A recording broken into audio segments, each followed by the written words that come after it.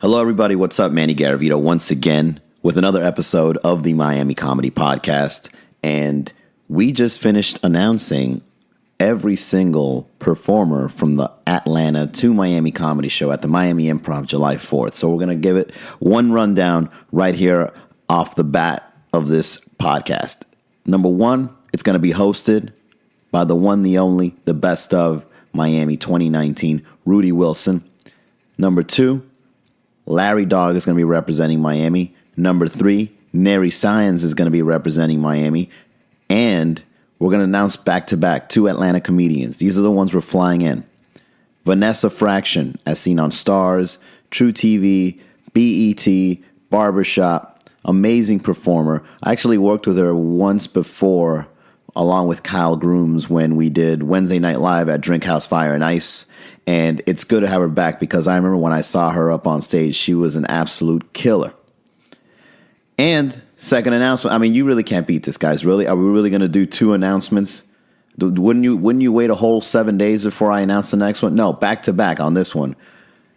Ronnie Jordan will be your fifth stand-up comedian performing the From Atlanta to Miami comedy show. Now, Ronnie Jordan, I think the last time I worked with him was when I had a show at the Flamingo Theater Bar, which is a really large theater space inside of a hotel by the Brickell area. I performed and I produced shows there from like 2015 to 2016, I'd like to say. And there was one show we did with Ronnie, and I remember that Ronnie was like one of those comedians that really stood out because he looks fresh. He's always got like these nice clothes, and his jokes are just nice and polished and well written. And I couldn't be happier to know that we have that character back performing with us. You got to see this guy. Look him up. Ronnie Jordan. It's with an I-E, Ronnie Jordan. This guy, he's not only a performer on stage, but he's also a writer. Like if you look at some of the stuff he writes on social media, it's just the most random things, but it's hilarious. Just recently, he posted this things that when you like, it's like a meme with Waka Flocka on it. I mean, it's the most random thing. Don't get me wrong, but it's so simple and funny. And it says, "When I see a parent beating their child in public," and it's Waka Flocka in front of a recording booth going, "Bow, bow, bow." I'm not doing it any justice. Just look him up at Ronnie Jordan. He's really good at what he does, man. He's just one of those performers. And I was looking up at some of his social media, and lo and behold, he was working with Brooklyn Mike. Now, for those that don't know, Brooklyn Mike was one of the New York comedians we brought when we did From New York to Miami Comedy Show, which was our biggest show to date. However, From Atlanta to Miami Comedy Show is going to be the follow-up, the sequel, if you will. All right, so what else is new? The Florida's Funniest Comedian went down over at the Miami Improv on Thursday, this past Thursday, and I hosted it. And, I had this online, running joke that says Florida's Funniest Comedian hosts tonight's comedy show. Got a little bit of flack from the performers. There was like 22 people on that list, man. I didn't know there were that many comedians trying to represent Miami. It was an awesome show. We kept it moving right along. We shotgunned the comics, and it's good to see events like that coming back. I think the last time that happened was like 6 years ago. Florida's Funniest in Miami at an improv. So Florida's Funniest is this competition where every major city with a decent-sized comedy scene runs this competition, and certain people move on towards winning the ultimate prize, which I believe this year is a cash prize and a ongoing gig, like you go on tour or something like that. And I'm actually surprised. The winners were pretty much on point. Let me just say that performance is very key when it comes to that stuff, because there were some comics at Florida's Funniest that would bring in like 80 people, and then they would just it would be so obvious that the whole thing is tilted. The guy just has to make an appearance, and everybody is like, he hasn't even said anything. But the people that were chosen, I mean, I could just say for the Miami Improv, well chosen. They were great performers, got experience under their belt, funny jokes.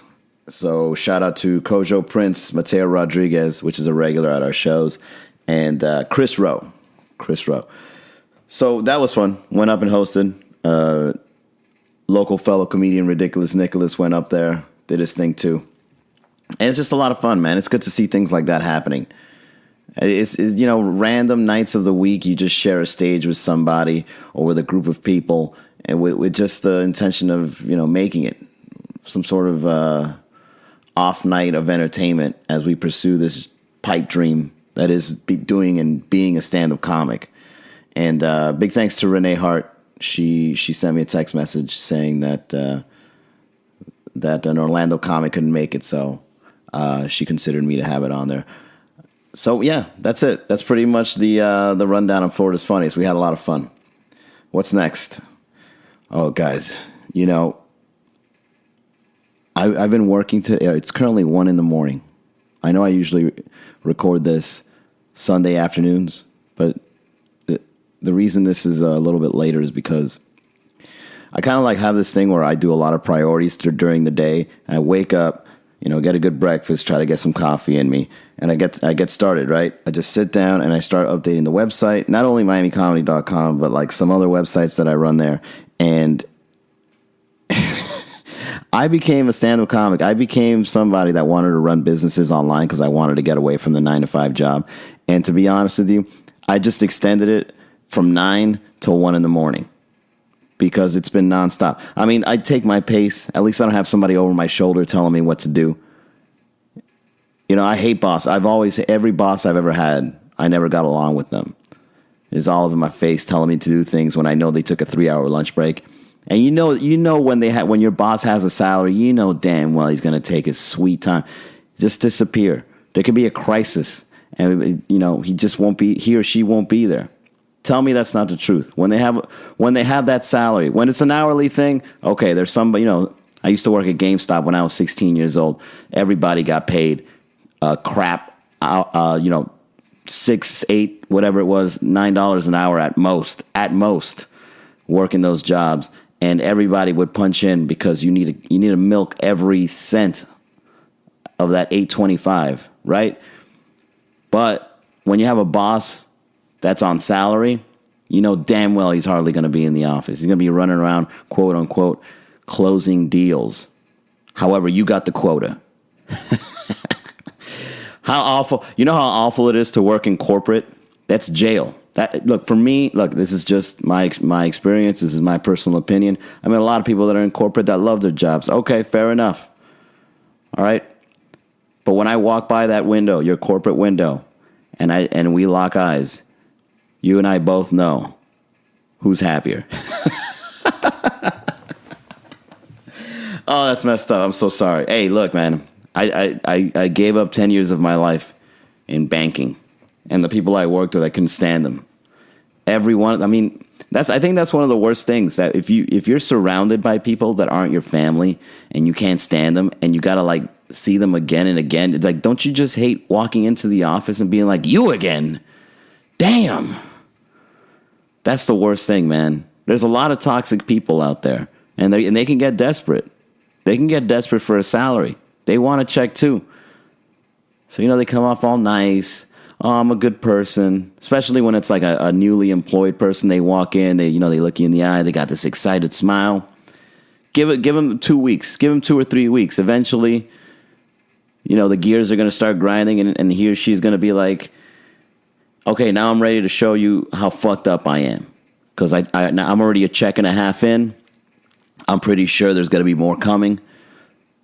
So fuck this, fuck you, I don't like you, Oh, and what about that person that walks around humming a song for no reason? Oh, my God, isn't that the worst? The absolute worst. Whistling. Say, look, man, I don't need that energy right now. It's 7 a.m. I just punched in. There's already 3 old people wanting to come in. We open in an hour, and there's people already waiting in line to make a deposit. There's an ATM outside, but they're not going to use the ATM, right? That's too new age for them. They want to walk in and they do the most mundane things. You know, the old people that go into banks, they go into like deposit quarters, like a roll of quarters at 8 o'clock in the morning. Like they're up and at 'em for that. Oh, I hated banking. Well, you know, I don't know why I'm going down memory lane with you right now, but I got something to look forward to. The fact that I don't got to wake up to do that ever again. But I got to sell these tickets for the 4th of July. I'm my own boss now. And let me just say that being your own boss can be a little difficult too. Because you kind of have to split yourself. You know how bad I wanted to just lay down on my couch and play PlayStation? My brother got me the game Kingdom Hearts for my birthday. I'm like, you know, running around with Donald Duck and Goofy, going on adventures. You know, I want to enjoy the simple pleasures in life. But when you're trying to run a business, you really can't. The only pleasures you can enjoy when you run a business is just the fact that you're doing that and that alone. And you know, you could take a day off or two. That's fine. But you're going to be kicking yourself the whole time while you're taking a break. Because like there's times where I go on vacation and I'm just there just like, okay, I can't be worrying about my business right now. Just let it run, let it ride. But then you're just like, man, I gotta fix something. I gotta put this on the website. I gotta post this. I gotta message this person. So, you know, it's a delicate balance. It's a delicate balance between getting the work done, staying up late, and on the other side of that is playing Kingdom Hearts in your underwear. That's it. All right. I think I've shared enough. That's enough for the Miami Comedy Podcast. Thank you very much for tuning in. I'm still taking in feedback. As a matter of fact, I think I got feedback. Let me see. Let me go in real quick. So, somebody gave me feedback, but I don't remember what it was. It was about a podcast episode I did a while ago. Let me look it up here.